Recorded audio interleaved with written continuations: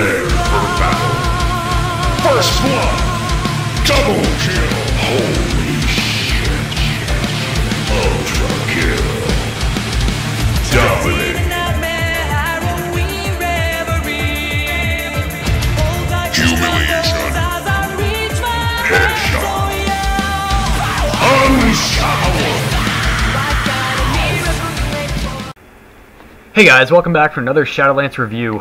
Today I'll be doing the Confederate double barrel, another forged weapon just like the Boneyard shotgun that I did recently. And I want to say, while this gun is good, it's not great. So it's not terrible by a long shot, it's definitely usable, but I would prefer to have the double barrel because it has a tighter spread. The Confederate double barrel, although it has better stats, it's just... the damage drop-off is worse than the double barrel series, including the basic GP one, so the drop-off is just a lot worse, and it's not great. At close-hand combat, this gun is better. I would take it, but I would have to be almost point-blank with them. The spread on this gun is massive and forces the bullets to go out into the entirety of the spread, which means fewer are going to hit them unless you're right in their face. And although the damage is higher, it's just, it doesn't accomplish what you need to have for 90 damage at close range, since most people will tank it. Fewer people tank the Punisher because the damage drop-off is way better. Even though it's not great, I mean, it's still bad drop-off. It's a shotgun, and it's a double barrel no less, but it's a lot better than what this thing has. That guy had, when I was shooting up there, he had already taken some hits from the guy in front of me, and then he took a double shot of this. I like this gun a lot just because it's fun to use, but outside of being fun to use, there's a reason the popularity is so low. It's because it's not an effective weapon. If you're using junk OMA, this gun might be useful for something, since you can usually get pretty close to people and get on top of people and aim headshots. It's really not that bad. It's a good gun for that. So it has its uses. It's not completely useless, but there are things I would just rather have than this. So it really just depends on how you're planning on using it. And, yeah. And you'll see me use my Bushmaster here a lot as a backup, but you really kind of need to have a fast-firing pistol, a USP or this, or a P226, or something that can fire fast to back you up. Something with considerable damage. That one shot will usually do the rest of the damage. Bushmaster's a little bit stronger than a Cobra, so it's a little more useful for this situation. Now this does have both a single and a double fire mode, just like the double barrel. So, I mean, I typically try to stick with the double barrel because the double shot, because I want to be able to get the kill immediately. Although it is more effective to use the single shot, because then you can do about 70 damage per shot, which is a little more useful, obviously. So. But anyway, so the ammo count is 2 of 20, so it's still lots of ammo. You get, well, if you double shot, you're going to be getting, you know, 11 shots out of it.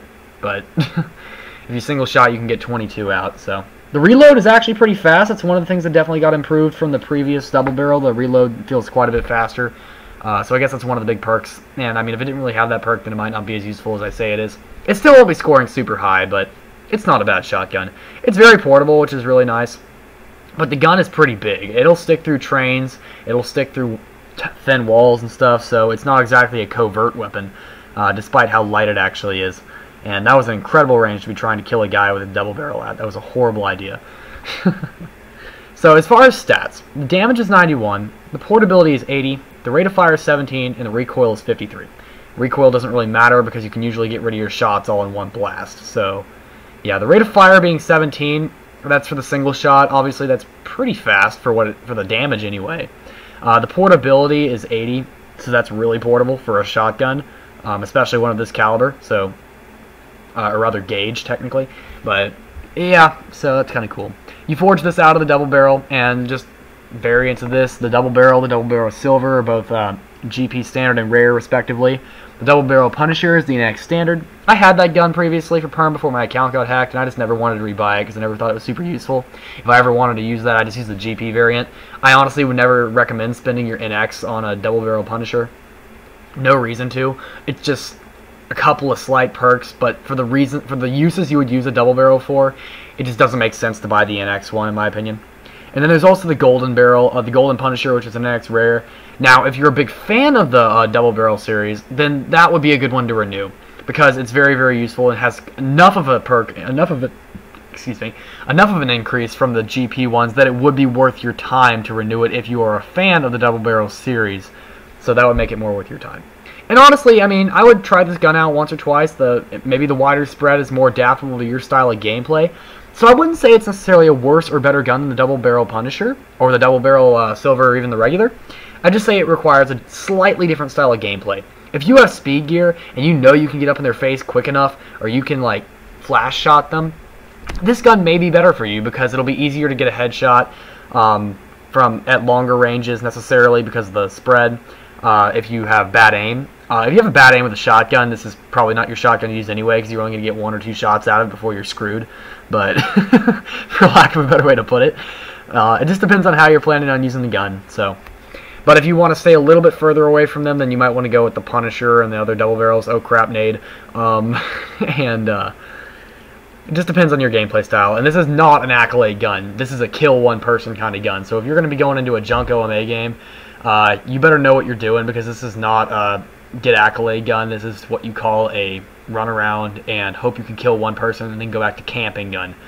Which is another thing I'd like to mention. This gun is actually useful for camping. I just got completely gangbanged there. This gun is actually very useful for camping just because you can wait for the one person to come by, not notice you, and then shoot him in the back and get a one-shot kill. So that's always useful as well. It just depends on how you're planning to use it.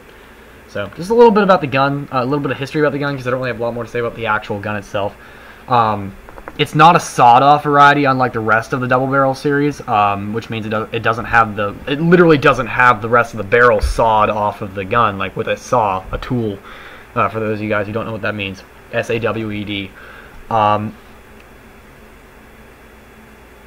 Gosh, the Confederate means the Confederate part. For any of you who aren't American or don't know a lot about American history, the Civil War consisted of the Union, which is the North, and the Confederacy, which was the South. And this was considered to be the shotgun that most Southerners would use. This is actually technically a hunting shotgun. It's not a battle shotgun by any means. It's just implemented into the game to be another weapon that Commodores wanted to release. And honestly, it's kind of an interesting gun. I'm glad they released it, but just doesn't serve the purpose that it really should. It's just kind of neat to have. So it's got its place, but you never know. The Confederate does have a quicker reload rate than the other double barrel series, improving from 3 to 2.7 seconds. I'm reading this off the wiki, so don't give me credit for this. Give the wiki credit for this. So like I said before, it does have an increased reload rate. It is faster, so that's always a plus. Just, you never know. There's ways to use it and ways not to. I just really don't have a whole lot to say about this gun, guys. I don't use this kind of shotgun very often at all. I guess you really could say for some situations this is what you could call a noob shotgun because it basically just requires you to get one shot to kill and you don't have to have a sniper where you have to be precise with your aiming. There's no quick scoping involved since you can't put scopes on it. It's just, you get what you get. It's another gun that you can try out. It's not expensive. You can get it for you can get the double barrel for I think like 800 a day. So I mean, it's worth trying. If you like it, you can always forge it and get this. You get with the replicas, I do believe. This is a gun that you get with the replicas. It's in the Gun Emporium. Don't know how many it takes, but it's not a bad gun. Worth trying. So I did want to talk more about the 750 person event that I mentioned in some of my previous reviews.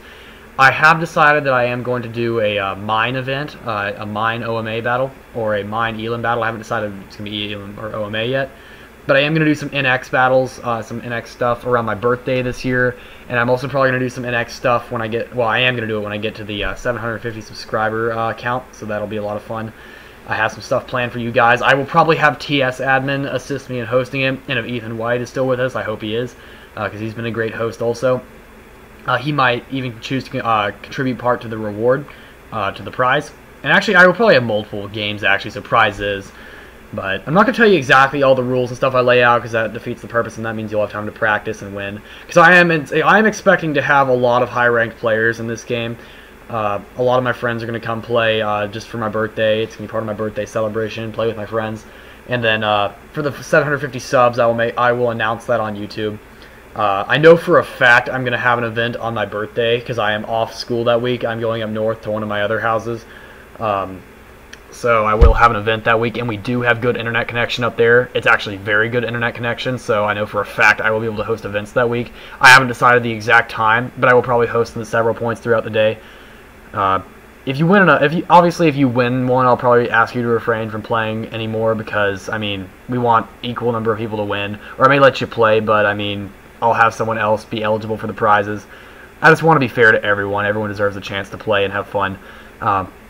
I'm not gonna be vain and say everyone wants to play with me, everyone wants to play with each other and have fun. I know some people will just be in it for the NX, but you know what? That's part of what a competition's about. So we're gonna have some fun, guys. So look forward to that, and I will record it and put it on YouTube, so that will become part of my channel. Other than that, I hope you guys watched my live update video recently on my 500 subs. Thank you guys for helping me get there. Could not have done it without you, literally. I guess you guys are happy with my videos, and I'm glad to hear that. I hope I'm entertaining you guys. That's what I do this for. I don't do it for me, I do it for you. But thank you guys for watching this review. Please rate, comment, subscribe. Get your friends to rate, comment, subscribe. That's how I get bigger, guys. Help get your friends to help. And I will see you guys in the next review. Shadolance out. You know what? Given the intelligence of the people who watch this show, this is probably a good thing to teach. Because my guess is when they're not trying to operate heavy machinery with their butt cheeks, they're probably trying to do something stupid like this. I mean, what else could you possibly teach that would be as stupid as that? Even you can learn something from a sloth. Fuck this show!